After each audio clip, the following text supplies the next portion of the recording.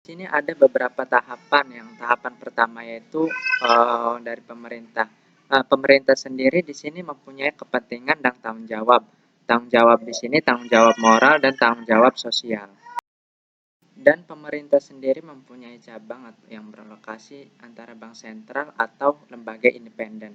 Dan kedua hal tersebut diawasi oleh otoritas pengawasan bank. Dan di samping otoritas pengawasan bank ada beberapa tahapan. Tahapan yang pertama itu ada kelembagaan penuhi prakondisi, yang meliputi tujuan dan tanggung jawab jelas. Terus kemudian independensi operasional, kecukupan sumber daya, landasan perundangan, kekuasaan atau kewenangan, kemudian ada perlindungan hukum bagi pengawas, dan yang terakhir itu kerjasama antar pengawas bank. Dan di samping kelembagaan penuhi prakondisi, ada faktor yang mempengaruhi efektivitas pengawasan bank. Yang pertama itu kebijakan makroekonomi, yang kedua itu infrastruktur publik, yang ketiga sistem audit independen, yang ketiga yang keempat itu regulasi dan pengawasan non-bank, dan yang kelima prosedur atasi masalah bank, dan yang terakhir itu perlindungan bahaya sistematik. Dan tahapan otoritas pengawasan bank yang kedua itu ada perizinan. Jaga sistem perbankan sehat sejak awal, yang meliputi cakupan aktivitas bank, kemudian ada persetujuan dan penolakan izin. Yang ketiga ada kriteria pendirian, dan yang keempat ada manajer dan akuisisi.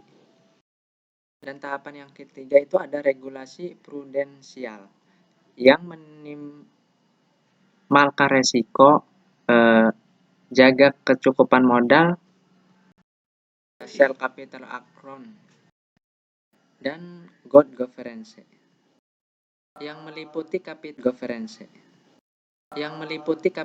adequacy, lalu kebijakan pre-kreditan atau investment, kualitas aset dan pencadangan, terus ada konsentrasi portfolio, dan yang terakhir kredit kepada pihak terkait.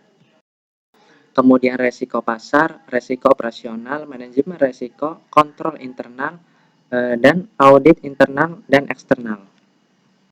Dan yang terakhir ada know your customer.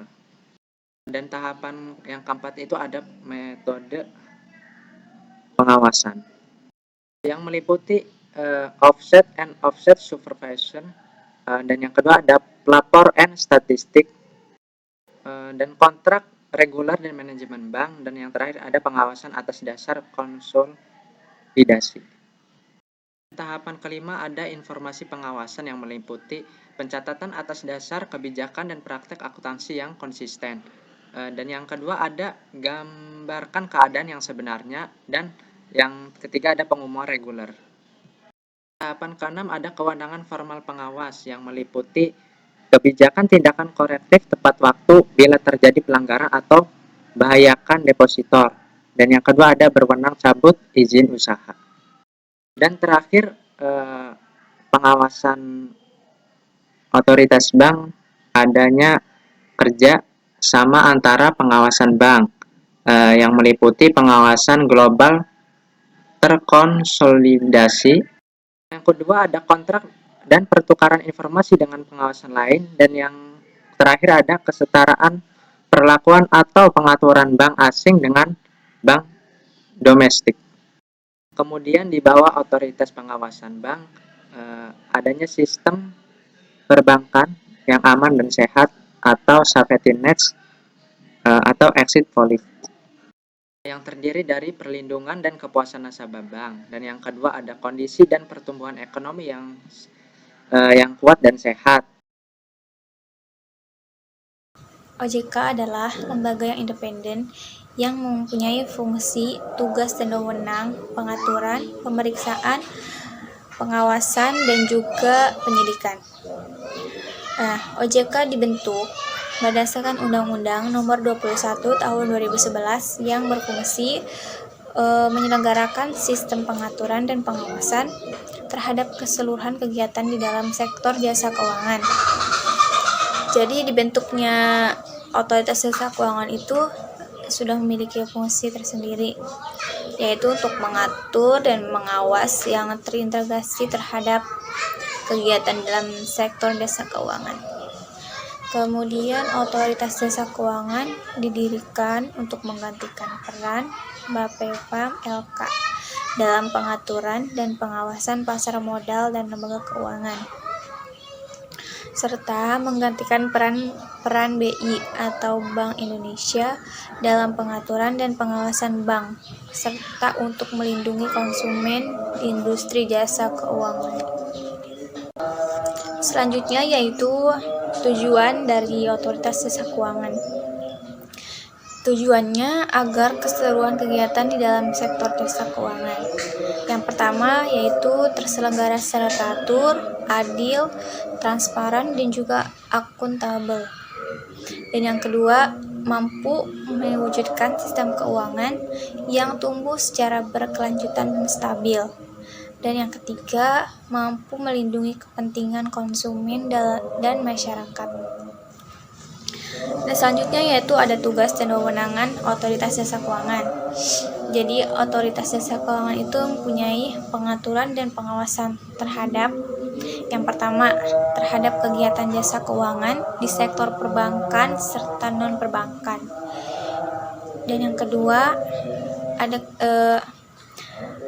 terhadap kegiatan jasa keuangan di sektor pasar modal. Dan yang ketiga, terhadap kegiatan jasa keuangan di sektor perasuransian, dana pensiun, lembaga pembiayaan, dan juga lembaga jasa keuangan lainnya. Nah, yang tadi saya sebutkan itu termasuk ke dalam tugas dari otoritas jasa keuangan. Dan kemudian untuk melaksanakan tugas pengaturan, OJK juga mempunyai wewenang. Yang pertama yaitu menetapkan peraturan pelaksanaan undang-undang. Yang kedua, menetapkan peraturan perundang-undang di sektor jasa keuangan. Yang ketiga, menetapkan peraturan dan keputusan OJK. Dan yang keempat, menetapkan peraturan mengenai pengawasan di sektor jasa keuangan. Dan yang terakhir, ada menetapkan kebijakan mengenai pelaksanaan tugas OJK. Mungkin materi selanjutnya akan dilanjutkan oleh Zainal. Saya akan menjelaskan tentang Bank Indonesia. Yang pertama, pengertian Bank Indonesia.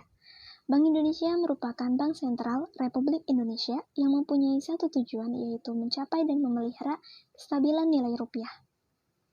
Kestabilan nilai rupiah mengandung dua aspek, yaitu kestabilan nilai mata uang terhadap barang dan jasa, serta kestabilan terhadap mata uang negara lain.